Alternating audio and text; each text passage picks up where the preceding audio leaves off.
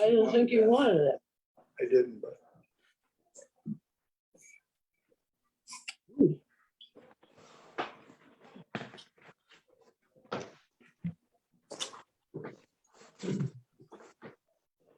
we're not muted.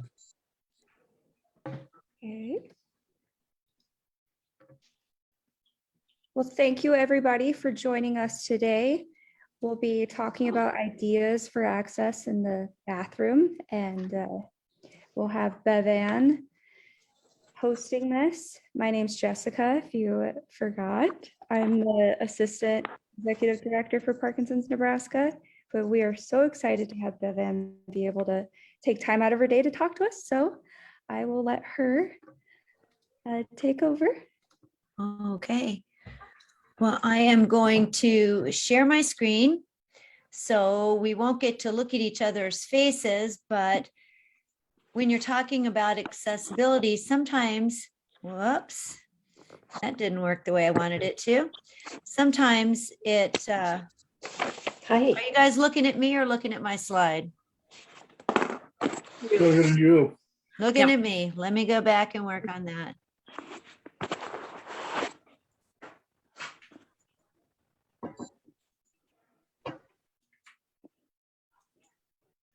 There we go.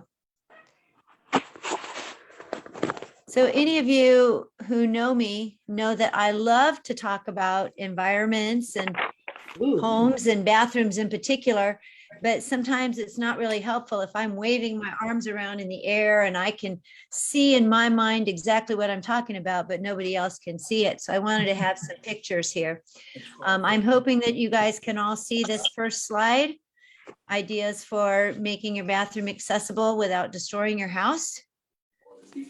That is it So lucky showing? there. Okay, really good. So this is a little bit extreme, but I can tell you, I've been in a lot of bathrooms where people have done things without thinking through it. And either it doesn't do exactly what they want it to do, or they don't realize the impact that it's going to have on the value of their home. So when you talk about a home value, you know, what does that mean? You know, for me as an occupational therapist, and for the person who's there right then, it means it does what you want it to do. That's what makes it valuable, so that you can be independent, you can be, you know, no matter what your abilities are. But when you're talking about money, home value has a couple of definitions. It means that your house, when compared to houses similar to it, like at the point you're going to sell it, that it is, when they compare your house to others that have the same number of bedrooms, same general area, that how it compares to them. And if they sell for a certain price, plus or minus how they sell is how that appraisal's home value is delivered. And it's kind of the same for your tax home value, slightly different, but very similar. It also means when you are in the process of selling the home, when somebody's coming in there, that they see something that they like, so that they stay and buy your home. Now, I don't mean that I want you, everybody, to go do your bathrooms planning to sell your home. More of the people I work with actually don't plan to sell their home. But you always want to think about what you're doing to the value of your home, because typically our home is the most valuable part of our portfolio. So if you do things without thinking about it, you can really damage your financial well-being. If you do things without thinking about it, you can also make something that doesn't help you, that's not accessible. So just kind of playing on those words right there. And I realize when I go through this presentation and I'm talking about all of this, I'm talking to people whose primary concern right now is Parkinson's disease. And everybody's different with Parkinson's. And hopefully everybody is doing really well and has very few limitations and is living a good life and working really hard on physical mobility. But I always think, well, you know what? people are not just one thing, like a diagnosis. There could be a lot going on in somebody's life. So I'm going to present kind of a broad picture and lots of ideas, understanding that I'm not saying that all of this is necessary for everybody who has Hello. Parkinson's disease. So anyway, on that access. So when you talk about making something accessible, you're really talking about making it work for you, whatever your particular abilities are, or what you anticipate those abilities are going to be in the future. That's different than commercial accessibility because you don't have to follow as many ADA rules. The concept of universal design, on the other hand, is making things as usable by as many people as possible, without the need for all the odd looking things that other people don't like, which therefore reduces value. So a lot of times you're trying to make your access be universally designed, be universally acceptable. The other way you can do it is make your access removable, or what I call an adaptable concept, where either you can start small and kind of build things as you need them, or you can have something and reduce the things that might reduce the value, just take them out. So what it really takes is sitting down before you get hold of a contractor, before you start tearing stuff apart, before you start thinking about it, and figure out what's important to you. Look at your abilities. Whenever you're talking about equipment or remodeling, you're talking about money. So looking at your resources and then prioritizing, figuring out what you want to do, but trying to come to that nice marriage of what do you need? What can you do? What is your environment like? And what can you afford? And then keeping the value of your home, making it an attractive place that you like and that other people like. So looking at abilities, this young man, obviously he does not have Parkinson's disease, but it's a great slide. And I love it because he is disabled by an environment that doesn't work for him. And if we take away the walls and give him access to that toilet, he's no longer disabled. He's, so I like to talk about this and go, yeah, you got to look at what you can do, but don't limit that definition of what you can do by the current environment you're in. So that's where working with somebody like Sherry, who can see how you move and everything, or working with an occupational therapist like myself, to really expand your definition of what can you do so that you can create the environment around what you can do. You always got to look at what kind of equipment you're using, whether it's a cane or a walker, how you drive up to something like a toilet or a tub in a scooter is very different than how you get there in a power wheelchair, or how you get there with a walker or a cane, or just walking. So you got to think about equipment you use now and in the future. And let's go back. And then this is that flexible design idea. You plan ahead for possible changes. And I always tell people this requires a ton of bravery, because you've got to look into the future and look into the future as if negative things are going to happen in abilities. And so this is just an example where the person was walking when he paid money to have this modest bathroom remodeled. And so he took out the tub and he put in a shower and he lifted up his toilet with that toiletator underneath it.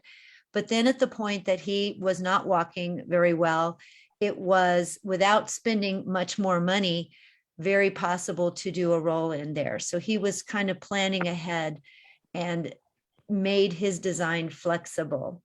Now, this bathroom, when we talk about home value, because that house only had one bathroom, that did, in our real estate market, reduce the value of his home slightly in his neighborhood, because it was a neighborhood full of children. And somehow or another, families with children like to have a tub. So yes, this one reduced the value a little bit, but he lived in the home that much longer. So you kind of balance out the value that way. So you make changes that people who don't have your disability will like. If you can, always put yourself first, or you make them easy and simple to remove. And you make them make sense in the overall layout of your home.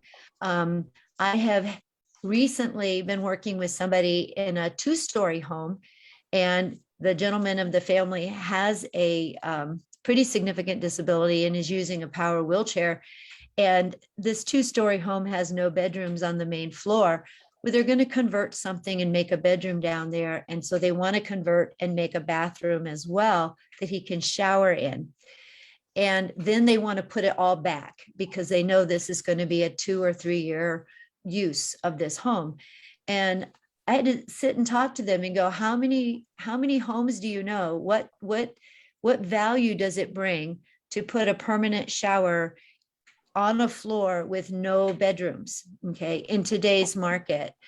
And that doesn't really enhance the value of the home. And so the plan they have is to take out where the washer and dryer are, convert that to a shower, but do it in such a way that when they don't need to be using the dining room as a bedroom anymore, they can put the washer and dryer right back in there on the tiled shower floor. And then they have a washroom on the main floor that actually has a center drain. So it's a way of thinking through that modification that preserves the value of the home based on what other people would think about it. I guess that makes sense. So when you're talking about bathrooms, always look at your lighting. Lighting is, not always inexpensive to add, especially to older bathrooms, but it's really good for the value of your home to add lighting to it. This is an actual client's home who got equipment and he was actually surprised that equipment didn't work for his wife, because he was really just thinking, oh, equipment, it's kind of magic. I get it. It works. And he was trying to help her get into that tiny little, into the shower, which wasn't tiny, but had a tiny door. So equipment is not a guarantee that things are going to work. You always have to think. As we go through this program, I keep bringing that back to it, because it's really your brains that make the value in a home modification.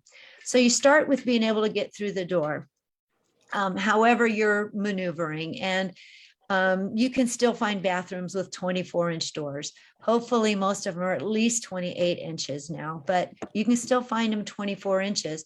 But whenever you have a door, you have the option of doing something like this swing clear hinge, and that's inexpensive. That's 3 hinges, which are probably less than $12 a piece, plus somebody to stick them on there.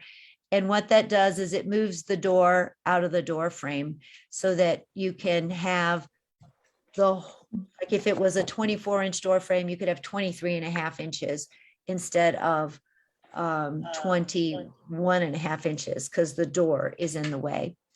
Or you could totally remove the door, but that's what that hinge looks like.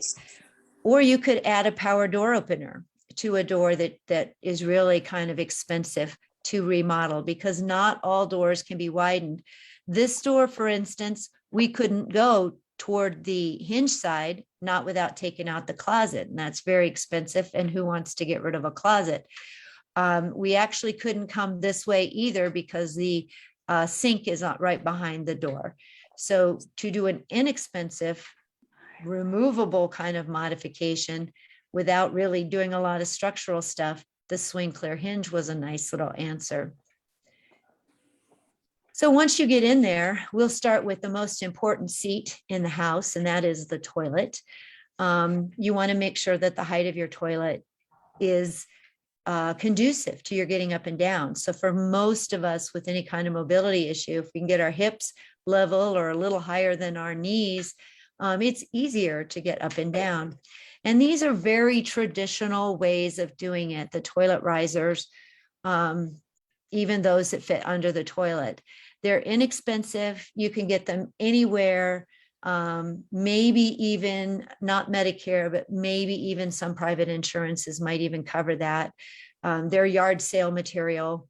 I will tell you though, I don't like those. They I'll be look out to see. strange. You have to clean them. They don't always feel comfortable, but they do work. About done here. This is a toilet riser that goes under the toilet. If This you're is a getting hungry, you can take out that packet of hamburger. Not yet. Oh, man. This is a toilevator. I thought for a minute that was for me, but the hamburger is not for me. This is a toilevator. It goes under the toilet and it rises you 3.5 inches. And I use that an awful lot because that way you're sitting on your own toilet seat. You could add a bidet, which is the thing that kind of helps substitute better than toilet paper. And it doesn't look like anything crazy and you don't have any extra cleaning chores. That's called a toilevator. So again, all these different ways. This is a bedside commode. This is the one thing Medicare used to cover that a lot. They don't actually cover that very often unless you absolutely can't get into the bathroom at all. But people will use that and put that over the toilet. I don't love to do things that put trip hazards around the toilet, but this is an inexpensive way of adding grab bars. That's called a toilet safety frame. Toilets now, this is an airlift, and there's several different companies that make power toilet risers for people who absolutely need to get a super high hip over knee placement to be able to get on and off the toilet. So there's a lot of good technology going there. If you are going to remodel, and this is, I love to talk to people when they are, they have a bathroom and they're like, I'm just going to remodel it because I'm tired of pink and green tile and I want to update things.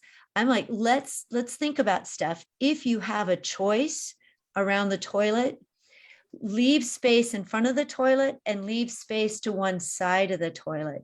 And then no matter what happens, no matter what equipment you're driving in there or how you have to approach it, or whether or not you're having a tough day and somebody has to help you, there's a better chance of having enough room to do it if you leave room in front and leave room to the side. So that's kind of if you're doing a new design and you're actually going to remodel. A lot of people, especially here in America, like to put the toilet in a separate little closet. And I think, I understand socially why we do that, but it doesn't really help with access sometimes. So if you've got to do that, there are ways to make these walls so they're not really permanent and you can pull them away. That's sort of flexible design, so that if you're remodeling a bathroom for yourself and you say something's going on in my life, I know I'm going to need better access to that, you could take those walls away and then put them back. And always swinging doors out when you've got tiny little rooms, because when you have a door that swings in and somebody falls behind the door, then you can't open that door. They've actually become a doorstop. And some people's injuries have been increased because it took people so long to get to them, or had to kind of shove them out of the way to be able to get the door open to get in there. Again, with toilets, here's just an example. We've got something in front, we've got something on the side. This is a round bowl, but we still made it elevated. We have a grab bar that moves, and this person was extremely tall and made his own choices about how long that is. And then very importantly, the toilet paper within reach. I don't have a great statistic, but I know subjectively from talking to people I've run across, there's more than one person in this world who's fallen off the toilet reaching for toilet paper. And it's just kind of a no-brainer. Let's bring that back to where we can reach it, not necessarily where the person who put the toilet paper holder on 20 years ago thought people needed it to be. Here's another example where we've put the toilet kind of in a shower, and we've added different kinds of things to make life easy for ourselves, including an outlet to be able to add a bidet. And when I talk about a bidet, I'm talking about how do you clean yourself up afterwards on the toilet? Because it's not just fixing the room, it's being able to use the room. So the toilet paper holders, this one opens up and holds the toilet paper and helps people get a little bit longer arm. Or you could go all the way over to a bidet, which replaces the seat of a toilet. And they're usually white, not red. But it shoots water out. It's kind of like a nice little car wash, but pointed at your rear end so that you can use water, oscillating and pulsing and different temperatures to be able to do that cleaning process. And all you really need to be able to do is push a button on a remote control. So those are easy to add to most bathrooms. Whoops, there we go. Magic John. Go back to this. There we go. So then we're talking about sinks. Many times, especially when bending over gets tricky, we start to store everything on a sink. And even when we don't, it's just more convenient to reach things without reaching underneath or stretching really high. So providing lots of countertop, even if you are doing something that's a roll under, and making drawers are a lot easier to use if you're standing there or sitting there, as opposed to bending down and reaching under these cabinets. But you could also put pullouts in cabinets, which make it a lot easier to get things. And that's a value enhancing thing to do in almost anybody's bathroom, is to make it easy to get the stuff that's hidden in those low cabinets. We can work with all kinds of ways of adding things to make it easy for people to reach. This was a very personal approach to this woman's sink. I'm not sure she added value to her home with that, but anybody who came in there and used it would be able to have plenty of room to do things. And we did an extremely customized thing and brought her water over to the side so she could reach it. And that, again, is not something everybody in the universe would want to have. So just thinking through all of those. We come to tubs. There's a lot of difference and things you can do between a basic bathtub and pulling it out and doing the walk-in tub. And if I was looking at all of you, I'd ask, have any of you ever been tempted to buy a walk-in tub? Or do you have a walk-in tub? Because there's a lot of interesting thought process around those. But standing on one foot and getting into the tub presents a balance challenge or a range of motion challenge for some people. So a bath seat helps with balance if you can get in and out of there. A tub transfer bench has 2 legs in the tub and 2 legs out of the tub. And so you sit down with your feet outside of the tub, and then you spin. In the process of putting your feet in the tub, you're already sitting down. Tub transfer benches, like there's all kinds of different things. These little guys are super, super cheap. You're going to find those in a lot of yard sales too.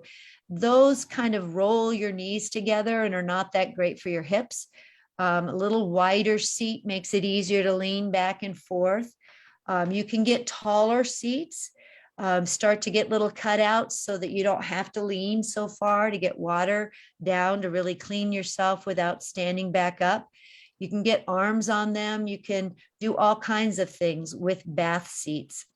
Tub transfer benches, we can start to get some twisting and moving. So here's a bath seat where it turns this way and you can sit on it, and it's just wedged. It's very secure, but it's just wedged into the tub. It's a piece of equipment that just comes right off. But you release a lever, you put your feet over, and then you're inside the tub. Here's another one. It's a tub transfer bench that spins so it points out. You get on it, you release a lever, it turns, and then you slide across so that you're not having to even lift yourself up. So there's a lot of technology that lets a person with a balance impairment or a range of motion impairment where they can't lift their foot up over the side of the tub, use a tub without having to pull it out. And there's a couple of neat tricks with shower curtains so that you don't pour water all over the floor. This is a more expensive thing. This is called a bath slider system. But it's going to be between $2,000 and $3,000 ish, usually depending on the manufacturer, but that's still a lot less than pulling out a bathtub. This one is designed to help somebody else get in the bathtub. So this seat goes onto this part with the wheels. The person gets onto it wherever they are. It goes through a 24-inch bathroom door. It parks next to the shower. There's a little connector between the two you can't see in this picture. And the seat the person's sitting on rolls across the connector onto another frame that's in the tub. And all of that is just equipment that can be pulled out, and somebody else can use that bathtub every day. Not everybody wants to shower. So here's another way of getting down in the floor of a tub, unless you're really tall. So this works better for short people who aren't too wide, because you sit on the side of this when it's flipped over, when it's at the top, spin your feet in like a tub transfer bench, push the button, and it lowers you down to the floor of the tub so you can take a soaking bath, because not everybody likes to shower. Then this one does destroy the value of your bathroom, because nobody walking in there is going to love this. But in some bathrooms, for instance, a bathroom that has old-fashioned green tile, if you sold that house in the future, you would probably be trying to update the bathroom, or you could take the tub out and put a new tub in. So just depending on how long you're going to use it. But what this is doing is actually cutting through the tub and making it into a shower in a less expensive way than pulling it out and doing all that plumbing work. Then a lot of us think about showers. So this is the typical kind of shower that if somebody's bought a home and the building company has put a shower in, it's most likely going to be a fiberglass shower with a lot of swoops and things, and there's space behind that. So it's really, really hard to put a grab bar in there. It's not impossible, but it's harder. And that seat requires you to actually get in the shower, as opposed to this kind of seat, which you can get into without having to travel all the way across there. So there's some choices to be made there. When people talk about pulling out a tub and putting in a roll-in shower, this is one way to do it, but you always end up with a very narrow shower. So it's not always the best thing to do. It's hard to keep the water in it. It's always going to be narrow.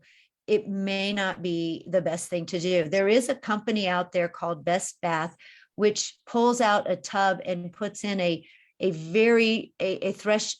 roll-in shower like this, but it has a fake threshold, a 2-inch threshold that's caulked down, so that it then, when you're finished with it being a roll-in shower, it looks like a 3/4 shower that other people would walk in and go, I like to have that.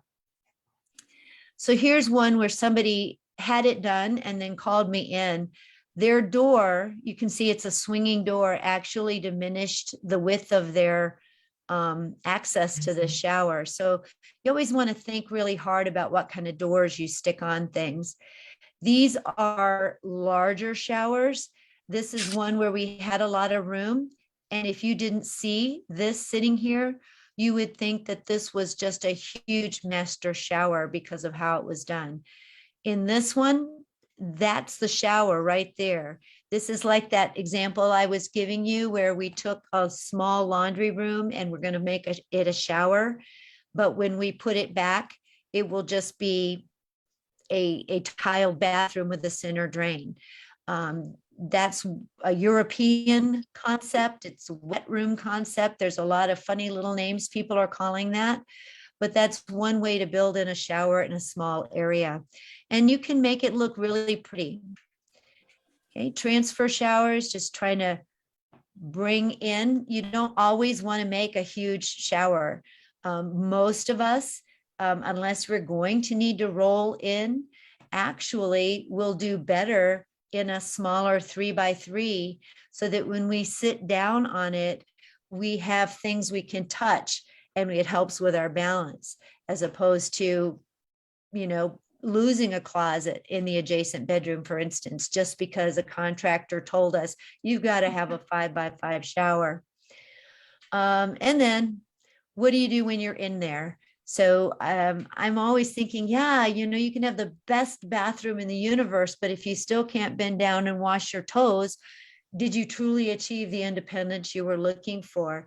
So just knowing that your friendly neighborhood OT can come up with all kinds of gadgets, like, things to clean between your toes, or things to wash your back, or there's not too many soap on a ropes anymore. So I teach people, well, you can almost not find any stockings anymore, but if you can find a stocking, you can throw the soap down in there and tie that onto your soap dish. And then you've got a soap on the rope. You can use the soap right through the stocking. And if you drop it, you haven't lost anything. You can get it back. So you can think about little, very inexpensive safety things. So safety, you look at Grabbars. I love these two pictures because Grabbars are not magic. It really matters where you put the Grabbar. And when you talk to a contractor knows about Grabbars from the aspect, I'm going to make sure that Grabbar stays in the wall. And the contractor is typically going to be looking for structure behind to be able to put it in the wall, which is very important. But it has to be where you need it. So for instance, he's a model, because if he was really trying to get up, he wouldn't be smiling, because the way his shoulder is, that is not going to give him a lot of help moving straight up. It's going to pull him off to the side. It's not really going to be helpful. This woman is just an accident waiting to happen, because she had to lean way over into her tub for a grab bar that's pointing down. So it matters what you do with the grab bar. It's not just letting somebody say, oh, you show me what you're doing, and wherever you put your hands, I'll put a grab bar there, because that's kind of limited to what you can do without the grab bar. You need someone to help you imagine the future and your abilities when you have stuff in the place where you need it, because not everything is a grab bar. A brief conversation about vacuum type grab bars. There's some really inexpensive ones, and bargain hunters are so excited to find them. And occasionally they'll stick on a shower and stay there for a super long time. But they're really a balance support. And if you read the fine print, they'll tell you they're not to support body weight. And so you think, well, a grab bar is not supposed to support body weight. That's right. It's not designed for you to be able to really rely on it, because it's just suction. This is one that cost almost $200, probably more now. But you notice how they carefully put it on a big, huge tile so that it could suck down really, really well. These work occasionally, but you don't want to trust your life to these. Okay. So you want them to stay in. These grab bars are here because I wanted to show that grab bars come in colors. Sometimes when you don't have your visual aids on, or if you have a significant visual change, you can use the colors to kind of decorate with, or to make sure that you can see it when you need to see it. You can't get by without talking about grab bars without the clamp-on style. And occasionally I will recommend these. If you put them on right, they stay put. The two things I have with them is that if they're not tall enough, it makes you lean over. And I don't love to have people leaning over when they're trying to maintain their balance. And the other issue I have with it is that it's actually put here because they need it for the toilet as well, but they have to work around it when they're getting in and out of the tub. So you got to think through all the ways you're going to use that clamp-on style grab bar. There are grab bars that move. so that if you need them in one place, you can have them there, and then you can put them down, for instance, to step in and out of the tub right here, or here. You can have it so that you can pull to get off the toilet, but then it flips down so that you can move past that to get into the tub. So there are grab bars that actually can be where you need it and then get out of your way. You always got to think about the blocking. This is what your contractor's worried about, because there are grab bars now that will go into the stud, but you're thinking about the stud is 1 3/4 inches wide, and it's tough to see through the wall and get them in there. Also, maybe that's not where you need it. So this is official blocking. This is a blind fastener designed for grab bars. There's 2 or 3 of those products on the market where you can put in a grab bar where there isn't a stud, because that's where you need it to be. Remember, I talked about those fiberglass showers that have all that space behind them.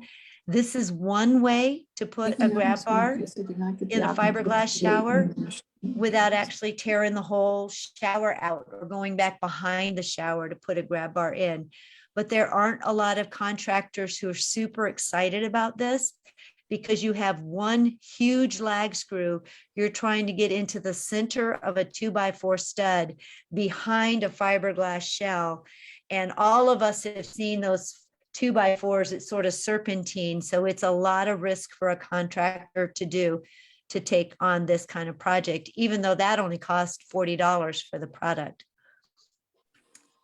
So then this is another way of adding a grab bar without going into the wall. So this is a floor to ceiling grab bar, has a big T across the top and a big, huge screw in here like a joist jack. So in this case, we're using it vertically to help this person for the getting in and out of the tub. The horizontal bar here can move orientation in space. So it can be out here at the side to get on and off the toilet, or it can move out of the way to get to the tub. This is a floor to ceiling grab bar, Super Pull by Healthcraft. It's a very, very wonderful product, and very easily removed. And also think about where you're going to put things. This is a lot of grab bars in this bathroom, but we knew that this individual was going to hold on to whatever we put in there. So we wanted to make it all grab bars so that even as she was reaching for storage items, she had something really secure to hold on to. And then these are just a few examples. Just taking those ideas, and then we can ask some questions if I still have any time. But this was a very small bathroom where we needed to make room for somebody who needed the toilet to come up to almost 25 inches to be able to get off of it. So this is a power toilet aid. This is a Stand Aid of Iowa. They're still in business. It goes all the way up past 25 inches, and she can just kind of shift her hips off of it, and then took out her tub and made everything tile. This is an instance of somebody getting a walk-in tub who really couldn't walk. She really, really wanted to soak, and her family bought her this thing, and she gave me permission to tell her story, but she really couldn't get in there anymore because she really could not take that 6-inch step to get in there. And so we ended up building a step all the way across the front of the tub and building in supports for her to hold on to. And then you can see she's still got her gait belt because we're working and practicing with her technique to be able to get in and out of there. So think really hard about a walk-in tub because they are designed for people who walk well. They don't always enhance the value of your home unless you're living in a neighborhood that is populated mostly by people over 50. And then it's probably going to be okay. But a lot of times you end up doing some crazy things to be able to keep using it. That said, I really believe in doing what makes you feel good. So if you are a person who wants to soak, find a way to soak, okay? Here are two examples. One where we really did diminish the value of somebody's home with what we did to make it possible for him to get in, because he's very disabled and was using a lift. So we actually went through the side of his bathroom with the lift so he could drop off at the toilet or go into the shower. But we did it thinking ahead. And we know that we could fix this back and make this wall look like a regular wall, but it's going to cost him to do that.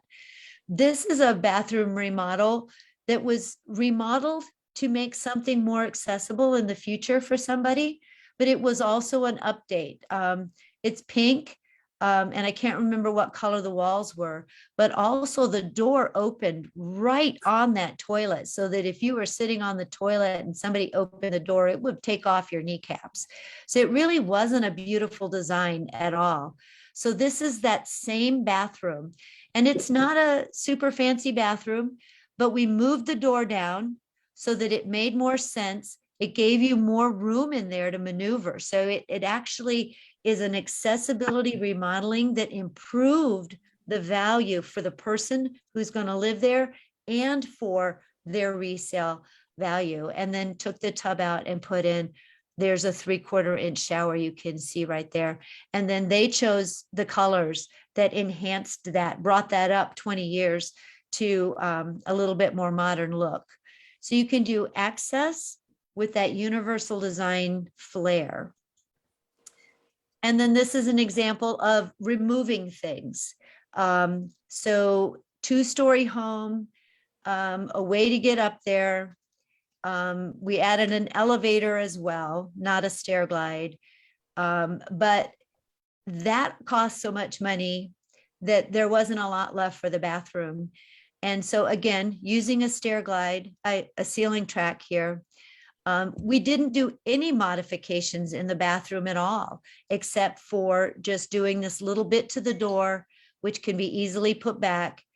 And it's their same old shower, just a commode, and dropping in and out of it, so that when she doesn't need all that stuff anymore, the bathroom will be the same as it ever was, just fixing the door, just pulling all that out. So that's that flexible thing where you're not really doing anything structural. You're doing significant stuff, but easy things to put back, and that enhanced the value there. And then this final one is again, where somebody had kind of a limited budget and we really didn't want to do anything super huge. We just took the sprinkler hinges so that she could get into the bathroom through the narrow doorway. We used a clamp-on tub seat, so it pivots, then it'll turn toward the water and slide in. And then we put some grab bars here by her toilet, which worked with how she transferred. And that allowed this lady to live in the house another 2 or 3 years with just that amount of money. And that was very, very little spent. And all of it came off.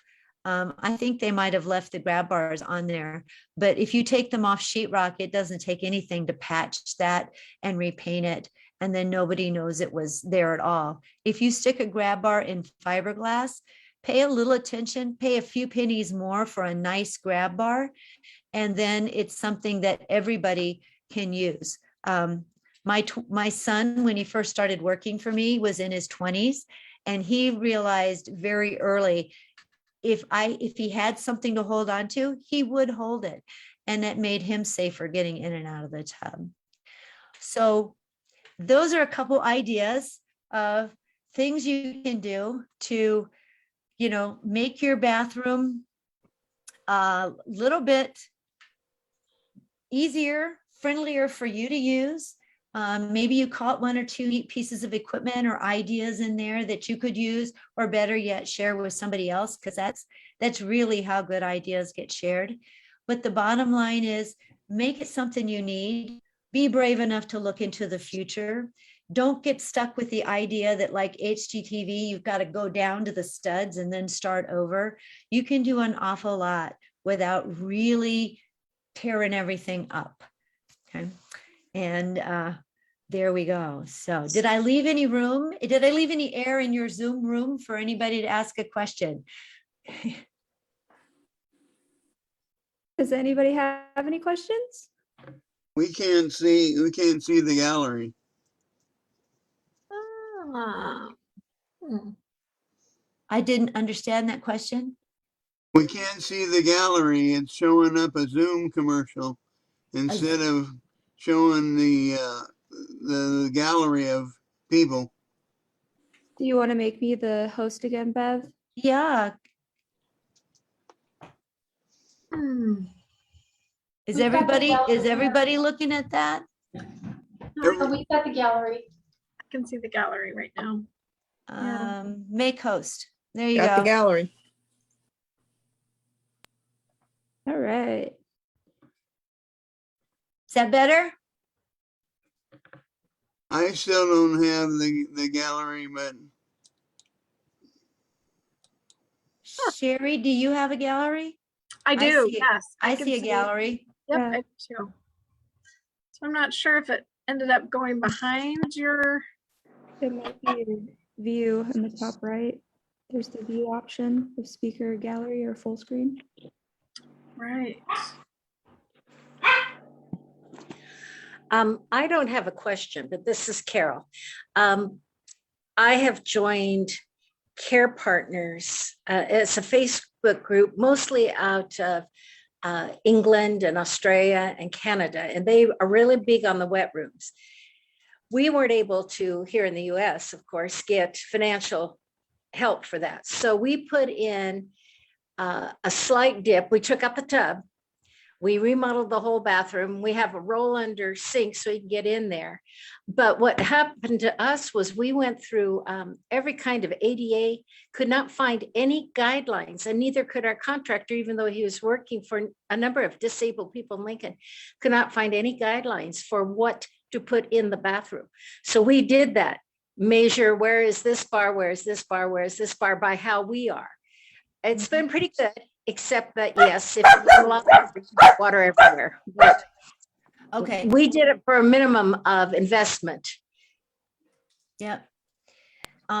When you do a wet room, you really do have to pay very close attention to the slopes of the floor.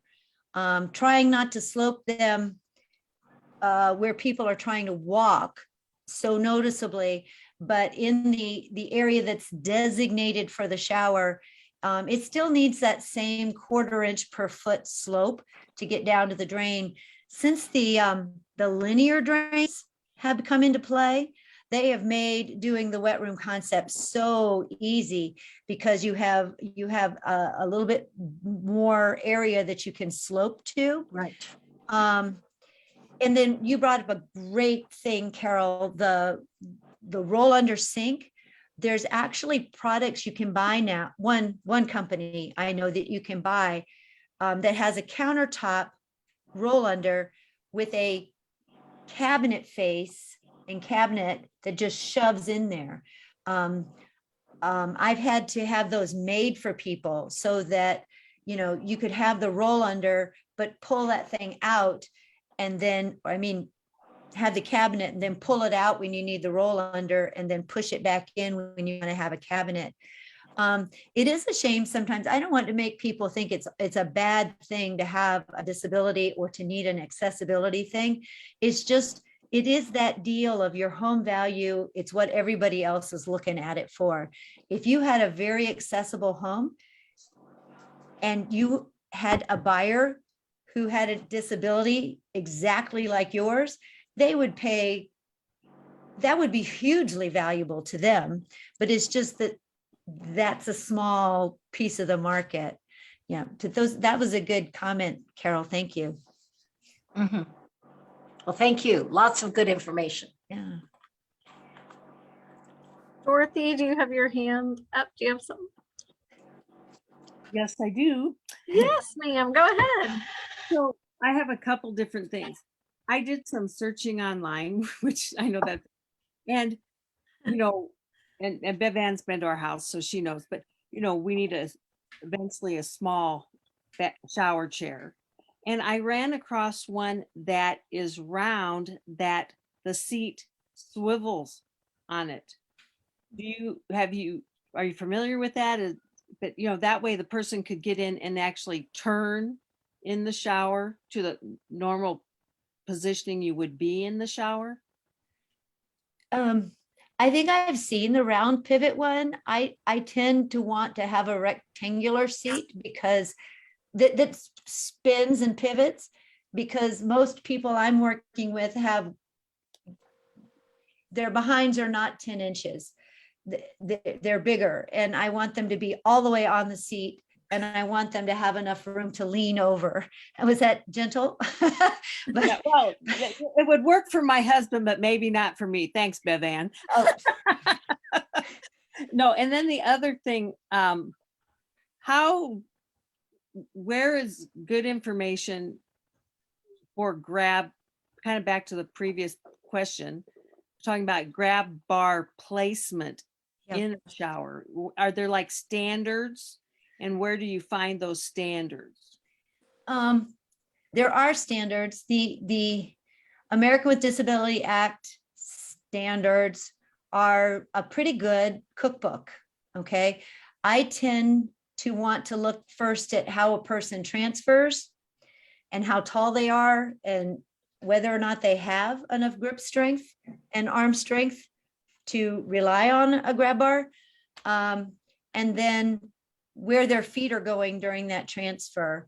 But the ADA guidelines are a good start.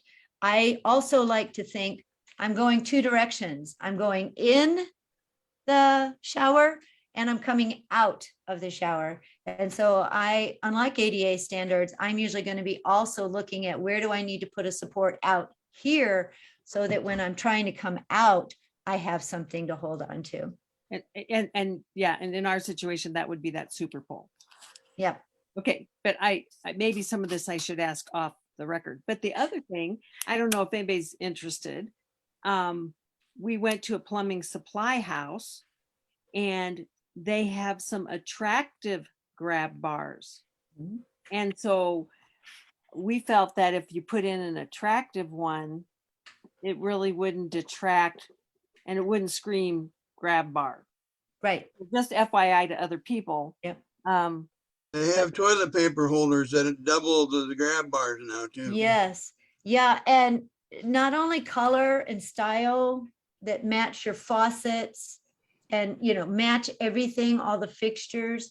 But the grab bar can also be sort of incorporated. Healthcraft's Invisalign, which is still a hair bit expensive, but the grab bar can be the actual shelf that you're putting your shampoo and stuff on.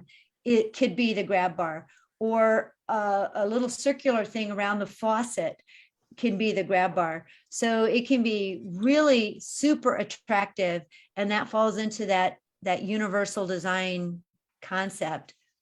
And Mr. Branson, Yeah. Oh, it says Barry Branson, Captain Grab Bar. Maybe that's why this is your favorite topic. I was so curious when you came on and said, I couldn't miss this topic.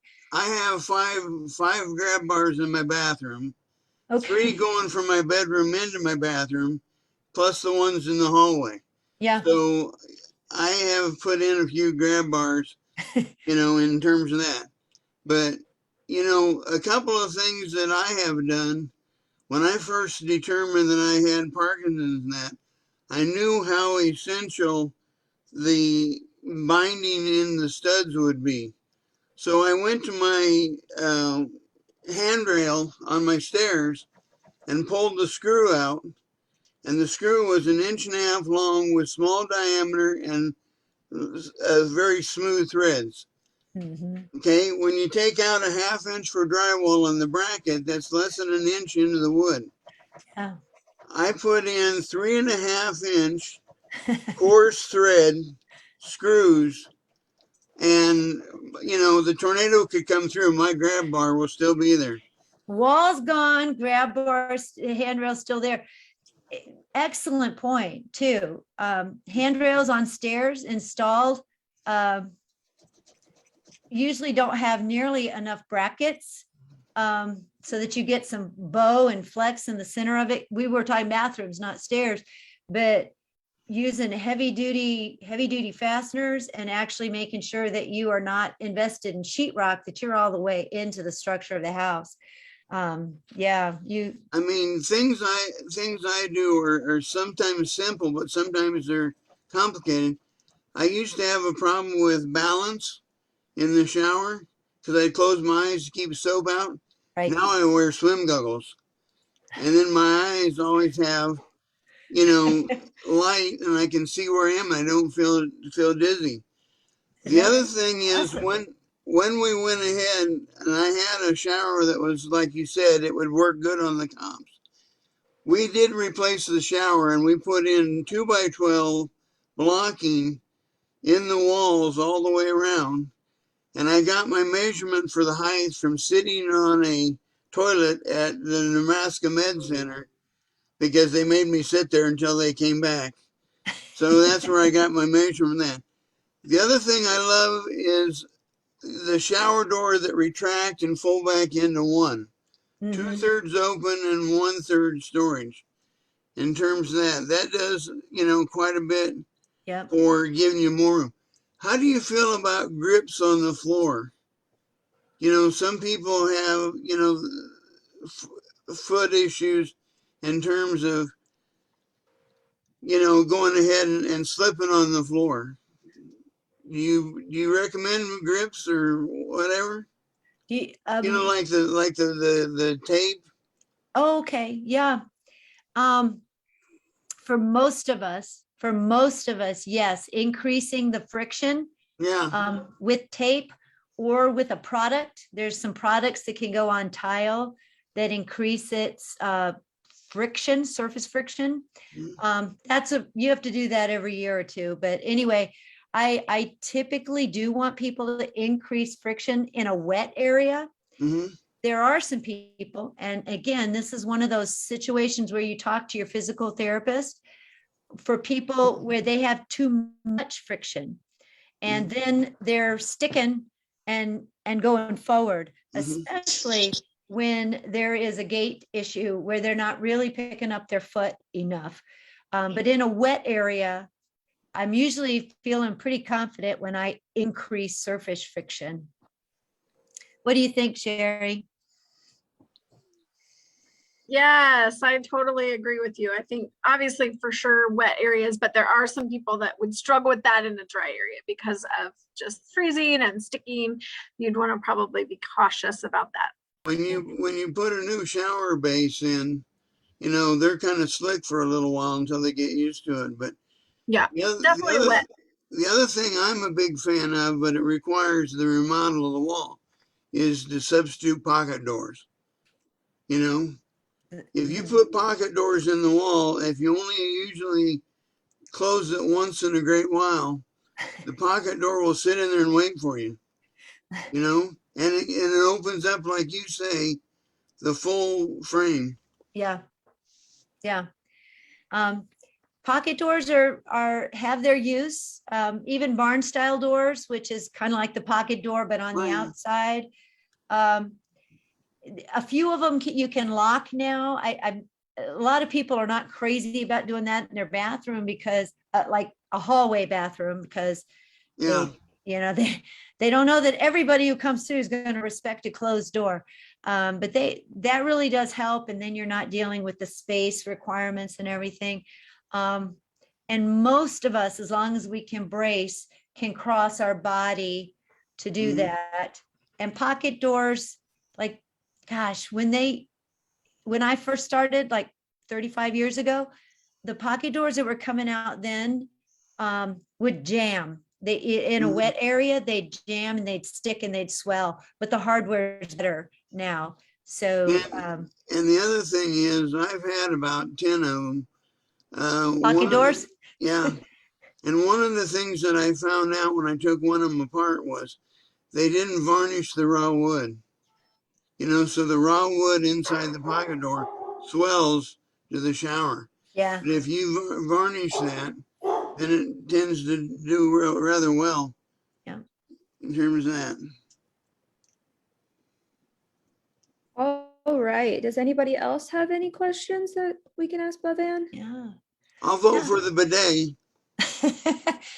I love bidets. I don't sell bidets. People will sometimes think I do because I talk about them so much. But they are very handy if you don't have the shoulder motion, elbow grip, or even endurance to get toilet paper where you need it to go. And they work very effectively. So I always finish that up by giving people way too much information and letting you know that I own 2 bidets in my home. We only have 2 bathrooms. You do too, okay? Because my husband was always in my bathroom. So 2. So anyway, they're very effective and very comfortable. I gave my wife a bidet for Christmas, and she gave me one back for Christmas. There you go. And the other thing, Endorsement. if you ever got a guest that stays too long, turn the water temperature down and the pressure up. They'll be getting out of the bathroom rather quickly. All right. Well, thank you so much, everybody, for inviting me. If you have other questions, Sherry knows how to get hold of me. And I guess I'll sign off and tell you guys to have a great day. Thank I you just- so much for your time. Thank Can I you. just say one thing? Thank you. The best money I ever spent was having BevVan come out to my home. So before you put a Grabbar up, call BevVan, have her come. She's amazing. Oh, thank you, Suzanne. I Yes. appreciate that. All right. Goodbye, everybody. Everybody have a great day. Thank you so much, BevVan. Bye. Sherry, she knows what blocking is. She's okay. I know. You're very right. Bye-bye, Sherry. Oh, bye-bye. Have a great day.